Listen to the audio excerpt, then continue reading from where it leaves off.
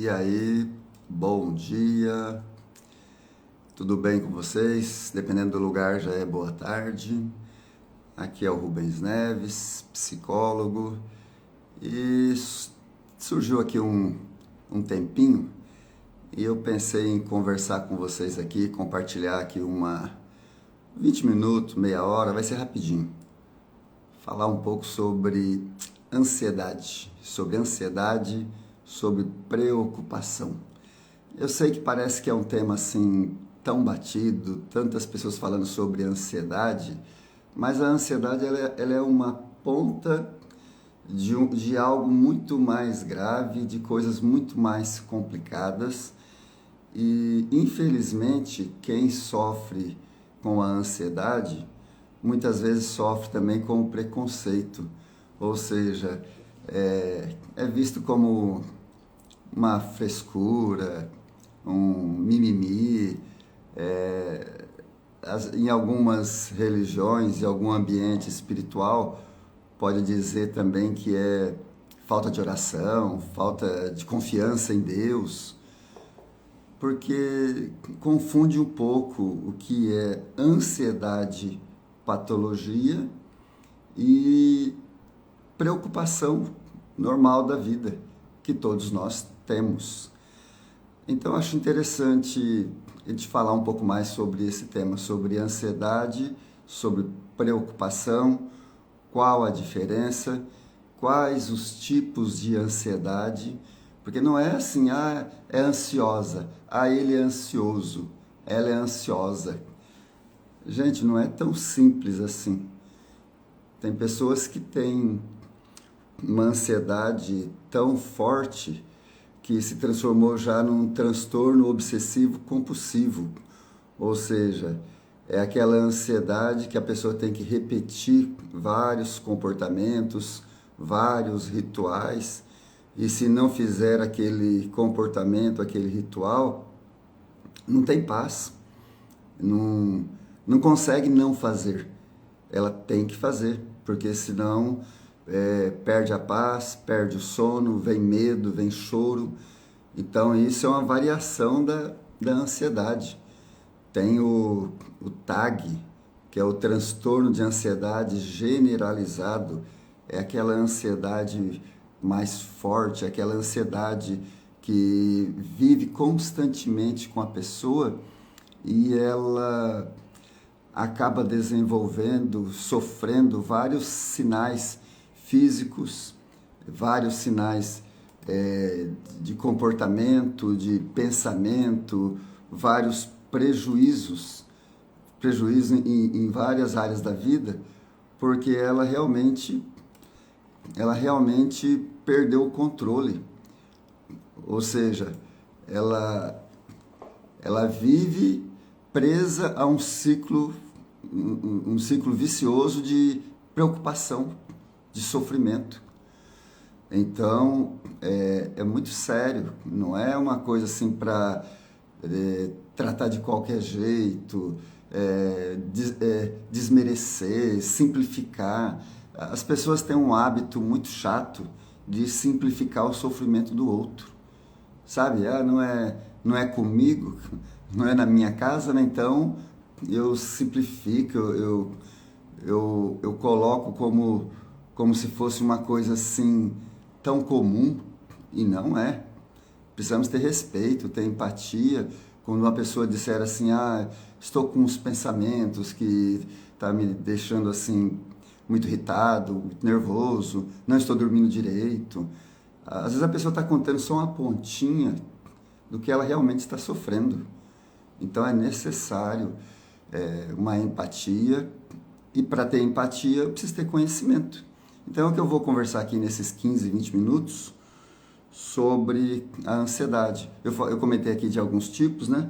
Falei do TOC, falei do TAG, né? Que é a ansiedade generalizada, que a pessoa tem um sofrimento direto, né?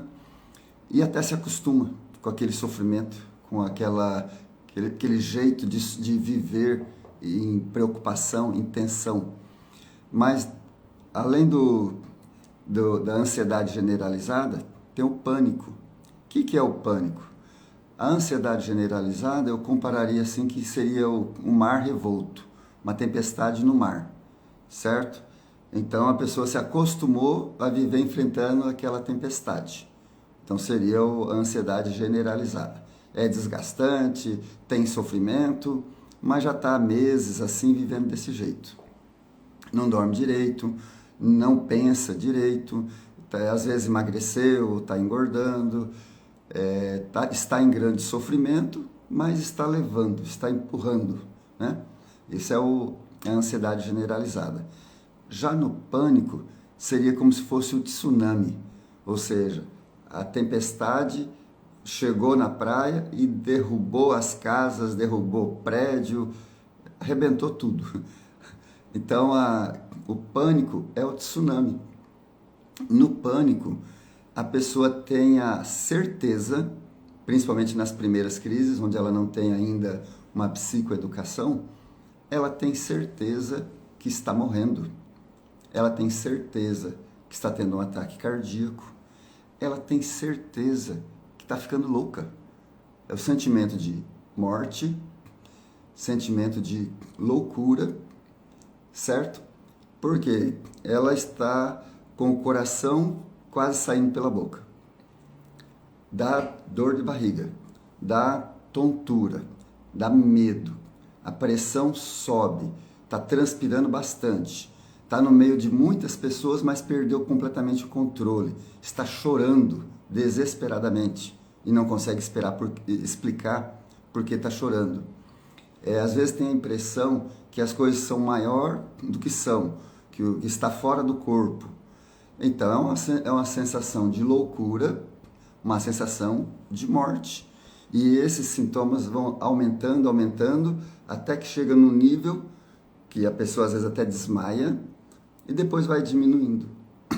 Ou seja, nas primeiras vezes a sensação realmente é de morte, é de desespero total. Por isso que, na maioria das vezes que dá a primeira crise de pânico, os amigos, as pessoas que estão por perto, os familiares, pegam essa pessoa e levam ela para o hospital, para um pronto-socorro.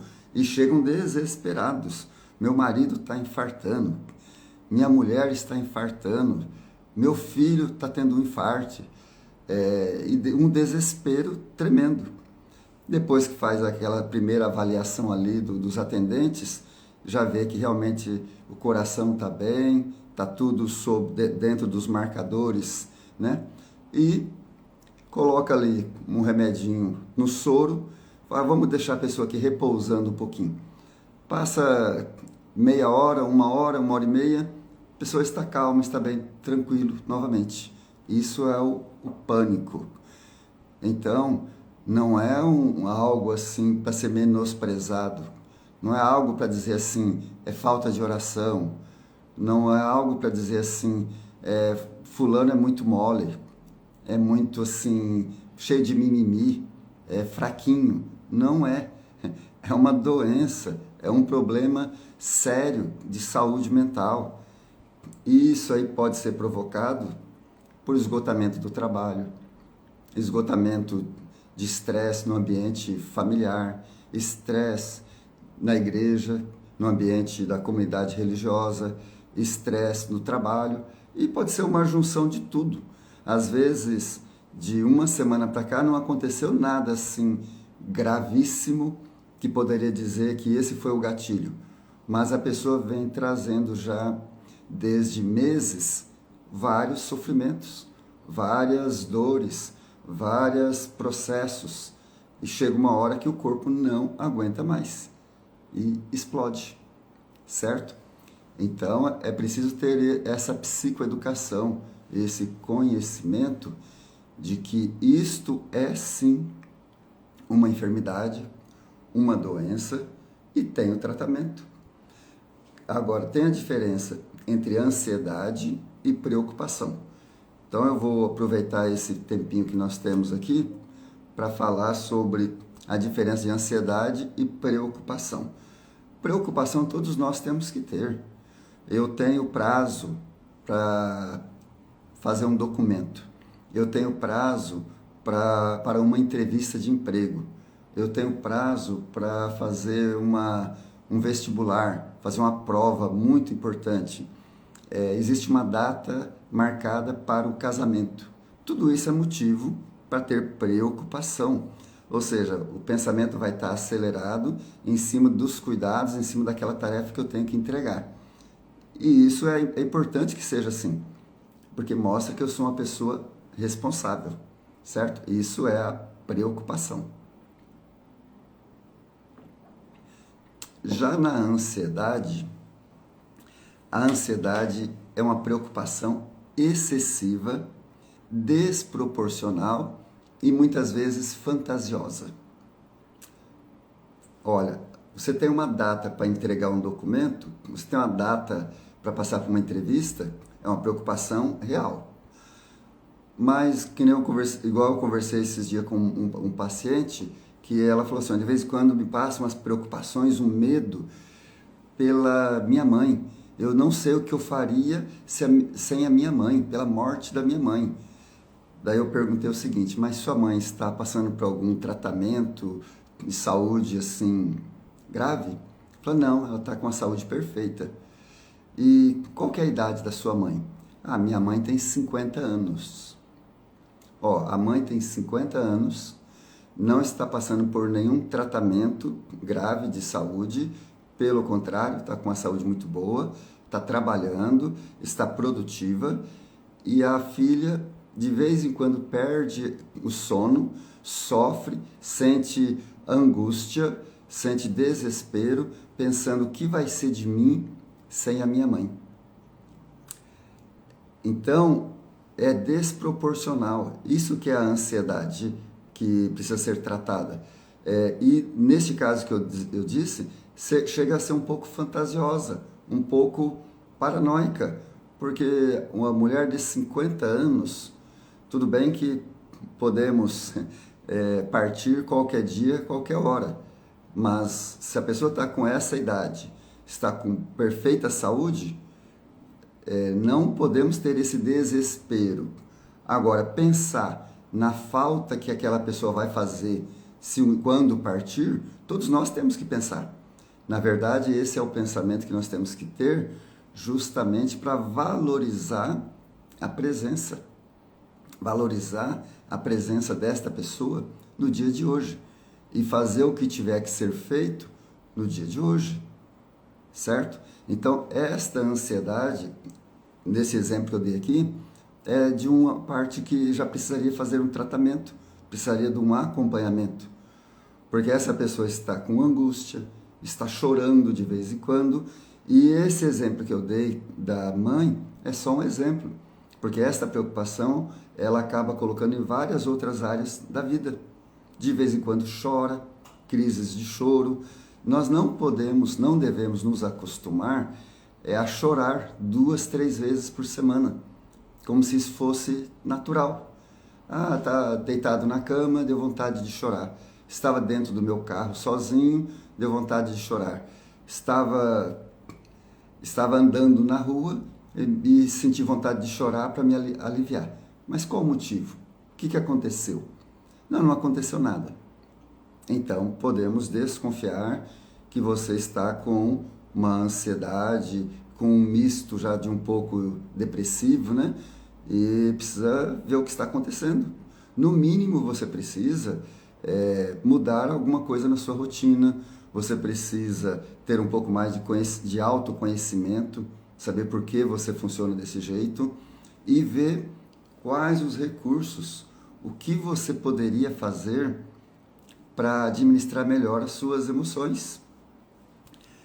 A maioria das pessoas sofrem, quando não tem assim um autoconhecimento, sofrem com os seus pensamentos. Todos nós precisamos e temos essa proteção que são os nossos pensamentos, certo? Mas os nossos pensamentos, eles são proteção, são cuidados, mas não quer dizer que eu tenho que obedecê-los sem fazer uma reflexão. Não quer dizer que eu tenho que obedecê-los, acreditar neles como sendo real, como sendo a verdade. Não podemos. Temos que duvidar dos nossos pensamentos. Quem não duvida dos pensamentos age por impulso.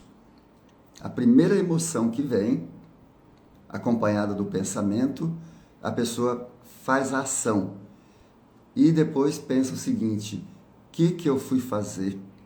Que vergonha! Não deveria ter feito, não deveria ter falado, não deveria ter agido daquela maneira. Por quê? Por que agiu daquela maneira? Por que falou daquela maneira? Porque não pensou, porque agiu por impulso. Todos nós falhamos nessa parte. O psicólogo falha, o psiquiatra, o padre, o pastor, todos em algum momento da vida sentiu a necessidade de pedir desculpas e de pedir perdão, porque falou, fez o que não devia, sem pensar. Mas com o tempo, nós vamos adquirindo uma experiência e vamos aprendendo a controlar melhor os nossos impulsos. E aí erramos menos, certo? Mas existe o comportamento por impulso patológico. É aquela pessoa que continua errando, continua falando as coisas que não deveria falar, continua se comportando da maneira que ela mesma reprova e não consegue mudar isso. Se você pede muitas desculpas, pede muito perdão, ou às vezes nem pede desculpas e nem pede perdão, mas as pessoas falam para você o seguinte: você não pensa para falar, você machuca as pessoas, você ofende, você é muito duro com as palavras.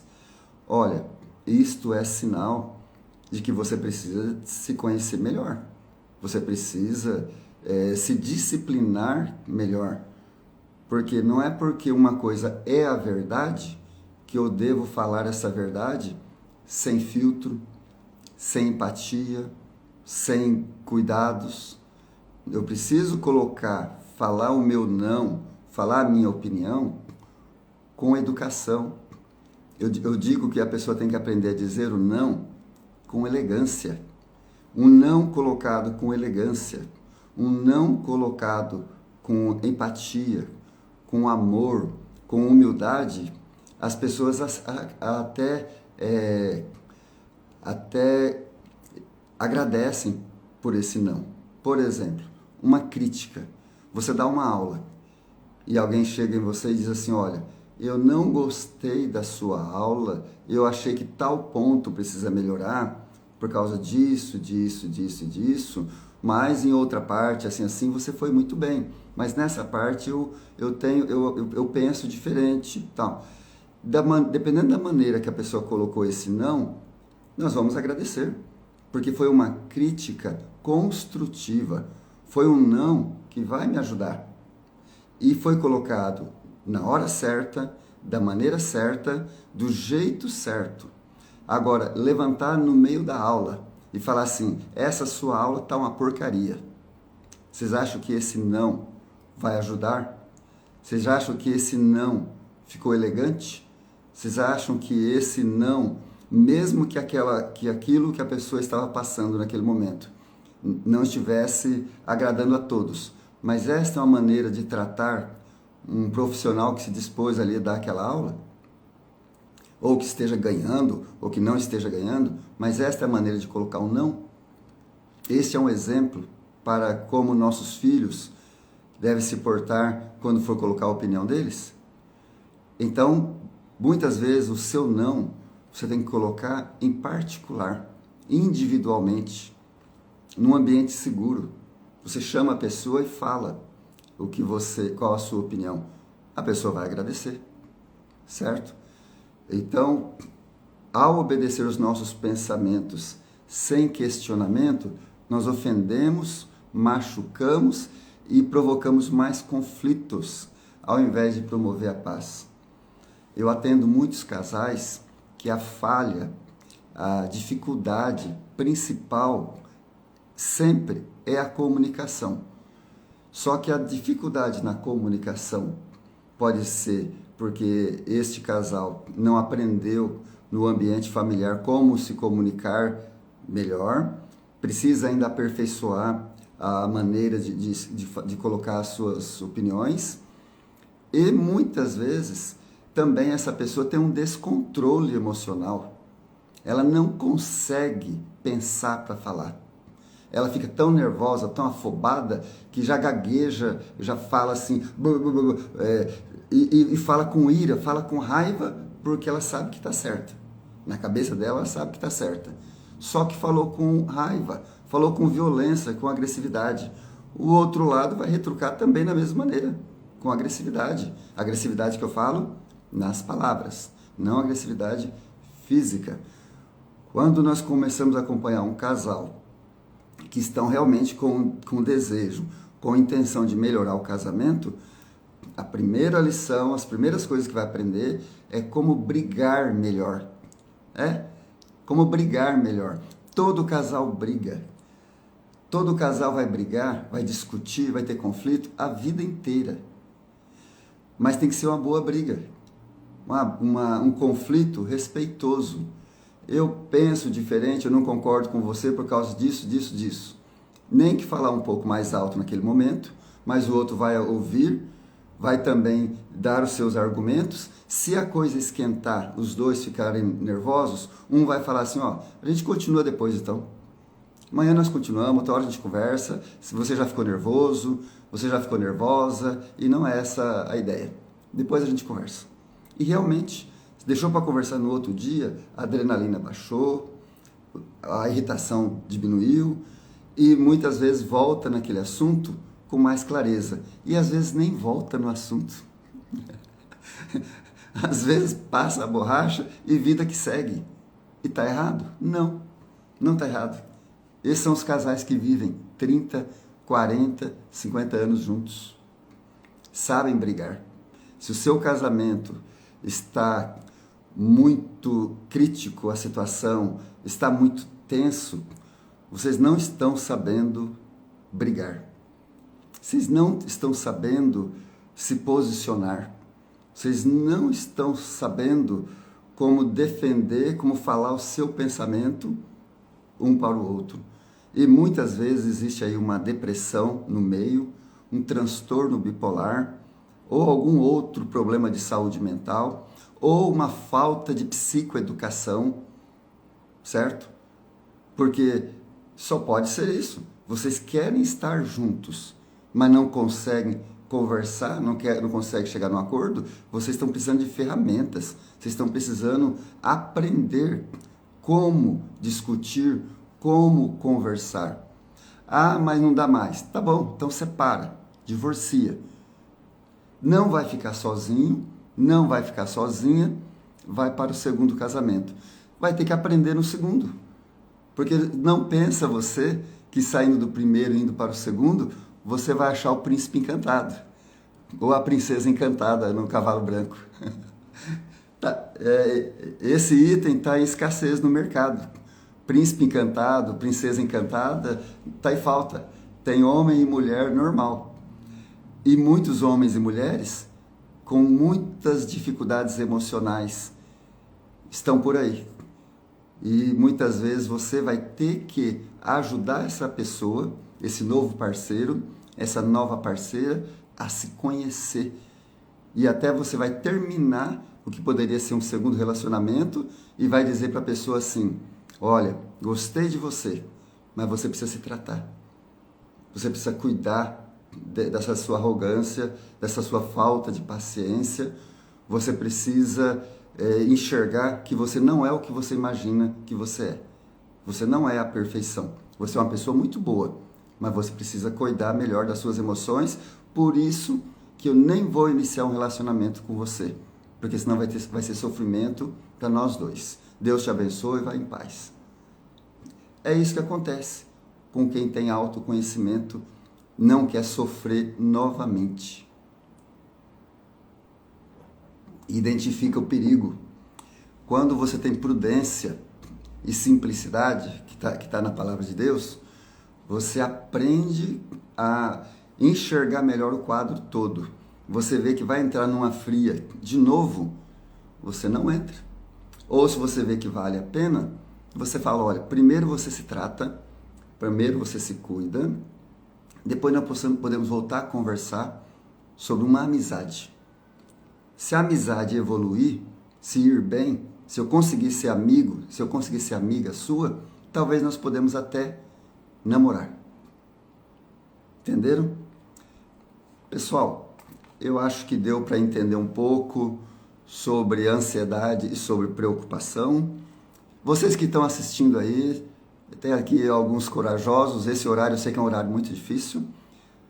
Coloca aí a cidade da onde que vocês estão assistindo e deixa alguma pergunta aqui para mim encerrar, que daqui 5 minutos eu vou encerrar. Deixa gravado, por favor, vai ficar gravado, educadora Yane Cristina. Vou deixar gravado aqui no Instagram. É uma live rápida, é meia hora, é o tempo que tem aqui entre um paciente e outro. É de São Joaquim da Barra, a Silvana de São Paulo. Quem mais está aqui acompanhando? A Josi Bernal está entrando. Ô Josi, eu estou terminando, vai só mais 3 minutos. Mas vai ficar gravado, Josi. Falei aqui sobre ansiedade e preocupação. E no final falei um pouco sobre casais, sobre casamento. Mas vai ficar gravado aqui. O alemão, tintas, Vladimir, propaganda aqui, vocês estão precisando comprar tintas lá no alemão, aqui de Dracena. A Daiane de Tatuí também acompanhou. A Tatiane de Guarulhos. Estou precisando ir para São Paulo, tem uns compromissos lá daqui uns 10 dias. Coloca aí a cidade que vocês estão acompanhando, o Rubens Neves, psicólogo. Cidade, o país, tem um pessoal aí de outros países que estão acompanhando também. A Bruna, lá de Piracicaba. Ô Bruna, como que você está? Bruna, Tatiane. Pessoal, é isso. O importante é o seguinte, nós precisamos nos conhecer. Aqui a pessoa perguntou aqui, dica para diminuir o pensamento acelerado. Vai uma dica muito boa para diminuir o pensamento acelerado. Esqueça aquela ideia de pense em outra coisa. Não funciona para diminuir o pensamento que está acelerado, pensar em outra coisa. Isso não funciona.